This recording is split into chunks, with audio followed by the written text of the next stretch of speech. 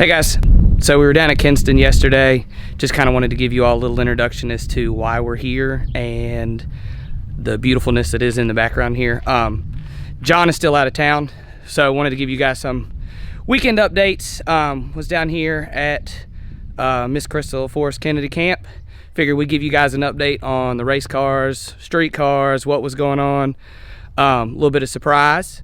So we're gonna get set up. I'm gonna walk around with them, kind of give you guys a shop update, what's going on, kind of pre-race season stuff. So for those of you that haven't seen me in front of the camera, this is Travis. You guys are probably used to hearing my voice from behind the camera. So wanted to say, hey, we're gonna get it walking around here and let y'all know what's up. All right, guys, I know you haven't seen me a lot right here lately. I hadn't been on the channel as much because we really haven't been racing a whole lot lately. But now that John has the black sheep back together and we're going to do some radio racing again, you guys will be seeing me and hopefully be seeing the red car. We'll all be able to go racing again pretty soon. We've been doing a little testing. The last time you guys saw the car, it was at South Carolina Motorplex. We made a few decent passes and found that we still had some chassis issues. So the car spent a couple weeks in a chassis shop down in South Carolina. A friend of mine, Alan Pittman, did some additional work to it and kind of sorted it out for us. Scott also changed some stuff in the motor. We put a different crankshaft in the motor. We're getting the car ready.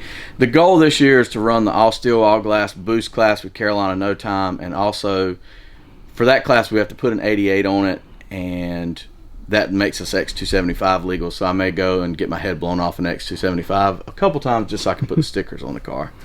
But we've been waiting for the turbo a little while. We got the turbo ordered, and it hasn't come in yet, so the car still has a 106 on it right now.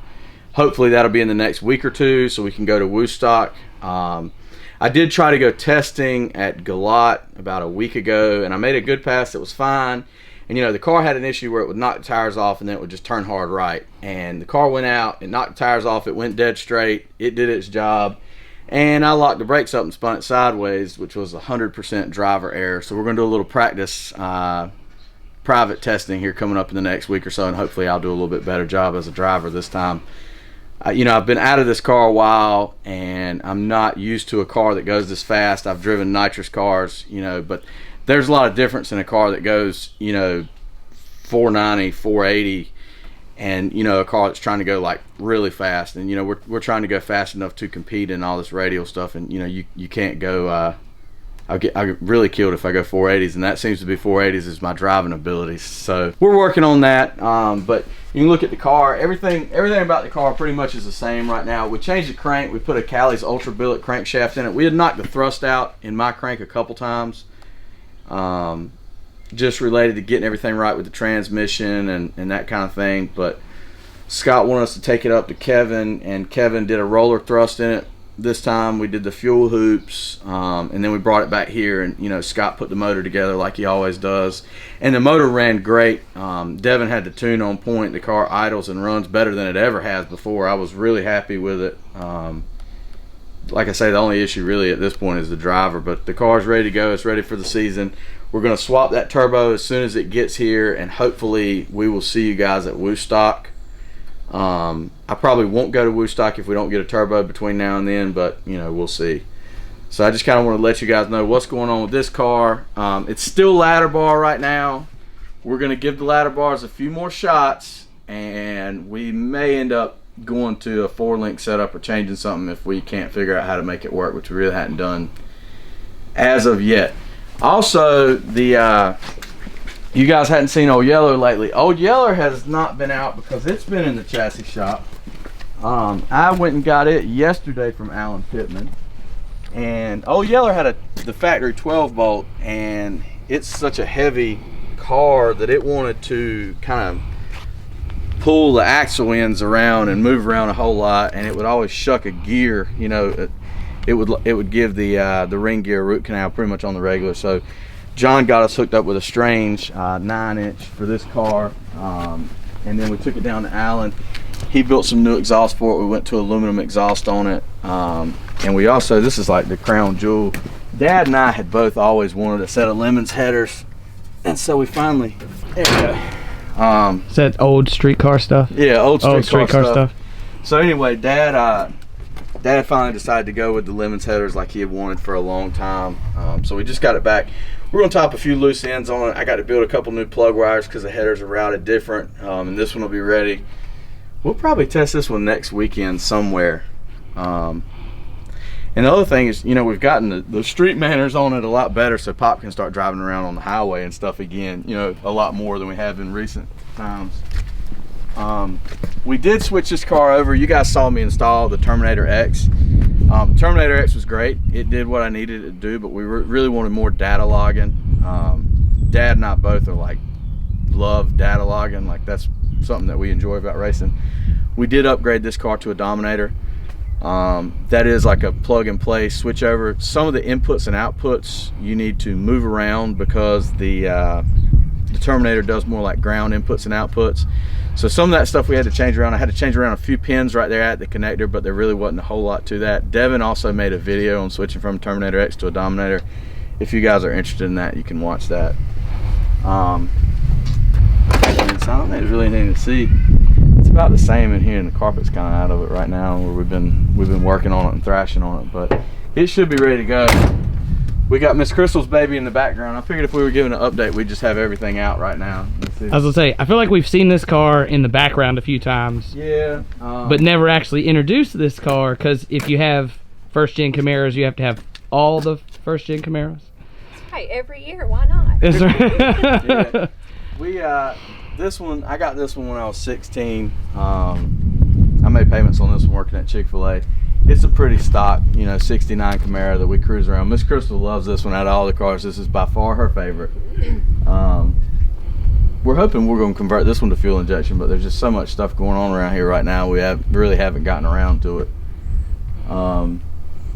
So it's just kind of out, hanging out. This is a real rally sport car, and I have the numbers matching motor to it. It's got a different motor in it right now, but it's just kind of a cruise about. You know, it's upgraded. I tried to race it a little bit, but Crystal really doesn't like for me to race it, so I kind of have recently stopped on that. I'll give y'all a sneak peek in the trailer too. We got the, you know, I can't give a lot of details on this one because we do like to grudge race this one a little bit, or we're gonna grudge race this one a little bit, but Josh's car is still in the trailer. We made some hits on Josh's car about a week ago, and they went great. We finally got the motor to make killer power, and it made so much power that it vastly overcame the abilities of the stock Fox body rear suspension. So it'll be getting some upgrades here soon. I think Josh is going to work on that maybe today or tomorrow. You'll see that back out. You may actually see that next weekend at Harold. So we're going to possibly go make some hits on it. We have added a new car to the Scarlet Fever camp. You know, the red car is kind of like the black sheep, and it's set up for flypaper tracks, and it goes really fast, and it's kind of hard to use. If you were to take it to local stuff around here, you'd have to change a lot of stuff. And I keep going and entering 10-5 shootouts with Dad's car, and it's a real street car, so I tend to get my head blown off. And Miss Crystal and I agreed that one more car, this is the last one that we're going to add for quite a while, would be added to the camp. I found this car. It was in Odessa, Texas. It was an old like 10-5 car in the 90s. I bought it from a real nice guy. Kenny and Heidi drove 22.5 hours each way to pick this car up, so shout out to them for going to get it for me. I couldn't get away from the hospital long enough to go get it, nor am I tough enough to drive, you know, 22 hours, but Kenny is tough as nails, and he's just like, oh, I'll go get it, it's not a big deal, you know. And so he actually enjoyed going to get it. So another first gen. This car is a 67. It is a super sport, non-rally sport, which the yellow car is a 67, and it's a super sport and a rally sport. That's why it has the hideaway headlights. I actually really like a 67 Camaro non-rally sport because they have these really cool round parking lights, and that's the only year that that had that front end. Anyway, this car will be 4.84 nitrous, big block. It'll obviously be Holley EFI. It'll have a dry fogger from Robert Lane, like all my stuff. And it's already doing wheelies. Yeah, it's already doing wheelies. It doesn't have an engine in it right now. It's going to go down to Alan Pittman and have the cage cut out. I'll show you guys the inside of this car. This car was one of those that was it was a race car. It was taken apart and then it was kind of sold a bunch of times. It's traveled all around everywhere, and it's just kind of rough. But it would be perfect for me to use at local stuff because I'm about scared to use, you know, the red car. We're gonna cut that cage out and hopefully do a 25.5 chrome moly cage in this one. I was going to use it with that cage in it, and I think my recent driving performances have warranted that we upgrade it because I don't know that I'm not going to hurt myself. Although I tend to be a lot better in a nitrous car than I am in a turbo car, so I think we'll do a lot better. But it's a cool old car. It's a ladder bar car as well.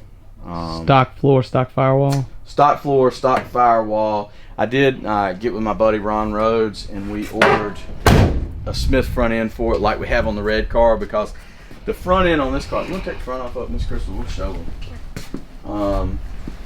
The front end, the front clip on this car, I guess they had a twin turbo big block in it at one point. And they cut the subframe, which was fine. I realized it would work that way, but I was kind of scared of it. To be able to get to the oil pan. Y'all see me trying to work on something. I'm not very good at this. Miss Crystal is doing a fine job of watching you mess it up. That's right. She usually takes the hoods on and off all the cars. I know you guys probably hadn't seen Miss Crystal on the channel that much, but she actually does a whole lot in my racing program. I'm very fortunate that she packs the parachute every single time, and she does all kinds of stuff to make sure when I race. I could not race without her. But anyway, this car, somebody was happy with a Sawzall or cut-off wheel or something. The subframe's cut in the middle, and then I'm thinking they probably had the turbos up here, and they had a charge pipe going into the car and an intercooler in the floor over there, and so the firewall has, you know, a hole for a charge pipe. Obviously, we won't need a charge pipe, so Travis is actually going to work on.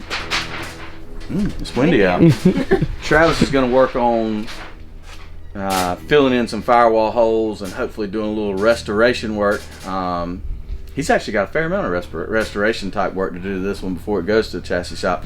Luckily, he's good at that stuff, and we don't have to farm that out or take it anywhere. It's type A, and it is amazing. It is amazing. The windows actually roll up and down the yellow car now. It would fall out of the track, and then I'm over there freaking out in the staging lanes, and me and her are yanking the window up. And I'm like, man, the freaking window mechanism broke or whatever, and he came over here and took the door panel off and fixed it, and now it rolls up like a brand new car. So he's got to do that to this car. As I say, to be honest, a 67 Camaro window track is not designed for that, sir. Yeah, and that was a small one. Yeah. That was a small one. It likes to go way up. Yeah. I really don't have any where it's like way up there. So I think you took that picture. Yeah, I think so. As I say, the wheelie pictures along the back wall are. Yeah. I'm supposed to be a small block man, and I've been accumulating big blocks. This is the one I'm going to sell, and then that's the one that we're going to be running. But I've actually already got it sold. I'm waiting on a friend of mine. He's going to come pick that one up pretty soon. I was going to let Miss Crystal tell you guys, you know, we name all the cars around here. We put a lot of thought into the name of every one of these cars. Why don't you run down the names? Because I don't know that people, like, I know that it's Team Scarlet Fever, but I don't think they actually know the name of the car is Scarlet Fever. Scarlet Fever is technically the red car. Scarlet was my mother's name, and you know, I do medicine stuff, and so Scarlet Fever turns your tongue red, and so that was, you know, kind of the perfect name for that car. And I always tell people, you know, there's a Scarlet Fever banner on every car, because I always tell everybody, you know, whatever car I'm driving is Scarlet Fever, but then all the cars have an individual name as well. Like the yellow car, it kind of got the default name. It was named Old Yeller, and then we started to name it Buttercup, but everybody already called it Old Yeller, so we didn't change the name on that one. I named Maria when I was in high school, and yes, it's named after the Brooks and Dunn song, which is probably kind of cheesy. We had a couple names in mind we talked about for this car. We were thinking about naming it Bitcoin, and then we were thinking about naming it Golden Goose because it was actually Granada gold from the factory, but then when it got here, it wasn't gold, it was pewter. Yeah.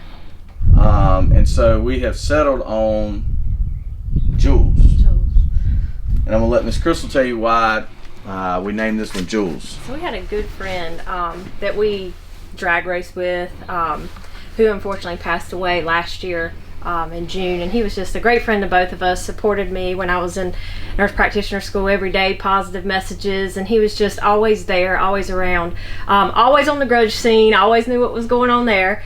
Loved first gen Camaros, so I like thought rough cars. Rough cars, the rougher the better. Rougher the better, and nitrous cars, and we got us a rough car. So we got back to our roots with this car. When we first started racing, the two of us, it was me and him. We'd go drop the door down in actually the red car when it was nitrous, and we'd race it. Just us two, big, well, it's small block nitrous then, but this one will be big block nitrous fuel injection. And kind of got back to our roots and thought, why not honor him in this way too? He would be so happy to hear that too. I don't know, it just fit. It's a little bit rough, but it's still cool. Yeah, it's grungy, and we like that, and he would yeah, too, we're gonna make an effort too to keep this car rough. All my friends that keep picking on me saying, I know you're gonna paint it, I know you're gonna paint it. I am not gonna paint it. I'm not gonna paint it until I hit something. And you guys know me, I may hit something. So it may eventually get painted, but not until I hit something.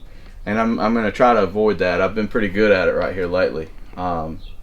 But anyway, this is a new project. We're really excited about this car. You guys will see it on the channel a lot. I'll probably do some more videos of it when I get ready to wire it, and maybe some nitrous stuff. I know nitrous really wasn't represented on there as much until Matt started racing, you know, and using a nitrous car for the no prep scene. So you guys have seen a little bit more nitrous, but you know, I love nitrous. I raced a nitrous car for a couple years, and it's kind of what I know a lot more than turbo. And I'm a lot more comfortable in a nitrous car than I am a turbo car. I'm gonna get there in the turbo car too, but it's always a work in progress. We're gonna try to get this car. It should be around 3,000 pounds if we change the cage and we do the Smith front end. But again, like all of my cars, it'll be, you know, 4 or 5 pounds heavier than 100 pounds heavier than anybody that I'm racing against. But I like to look cool when I go out and, you know, lose. I might lose first round, but I'll still be on the flyer, you know. If you're looking good, you made it halfway there. That's it. That's it.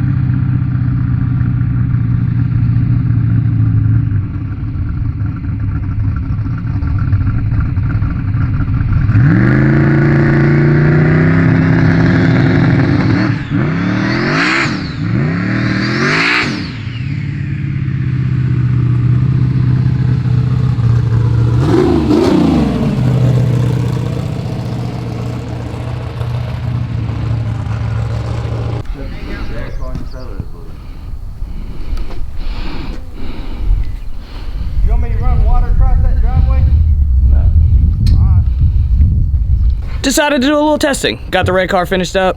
Continuing to work on Jules. We're gonna do some car swapping around. Forrest has got more cars than he's got parking spots. Figured we'd let you see how she works on the street.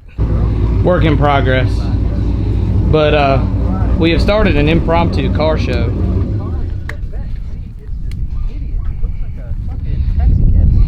How about your impromptu car show you got going on out here? Yeah, I know. There's like tons of cars. Show them Jesse's car. All right. Because, you know, when you get a bunch of first-gen Camaros together, they start multiplying.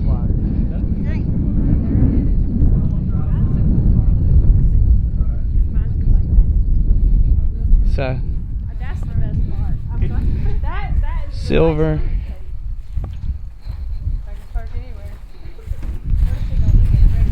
Jesse, this RSSS, isn't it?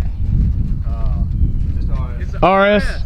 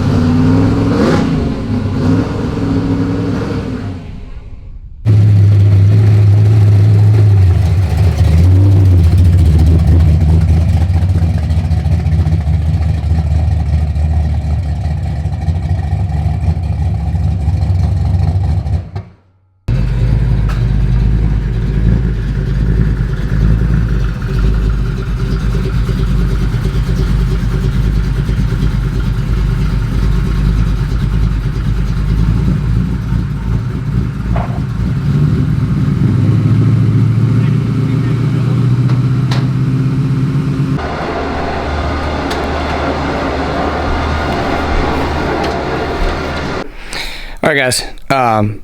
Wrapping up for the day here. Got things kind of squared away on the red car. Didn't really get a whole lot of work done on the gray car. Jules did get the interior cleaned out of it. Did some work cleaning out some things behind the firewall as far as the radio, AC stuff. He's wanting to retain the factory gauge cluster is going to come out. So I guess it won't be retained in the car, but we're taking it out as a whole piece. We did get the patch panel made for the firewall, but not put in, including a couple of the patches for here and here. I think he's also got a patch panel for that whole end coming in from Motion. So we're going to see what that covers up for this guy. So, like I said, that's going to kind of wrap it up for the day. I think there was like 5 first-gen Camaros just chilling around. We were moving them around. That's going to do it for today. The Boomhauer giveaway is coming up, so get to lsnasty.com, get your merch. I think he said something about next week. So just be on the lookout for that. As always, comment, like, and subscribe. Hope to see you guys soon.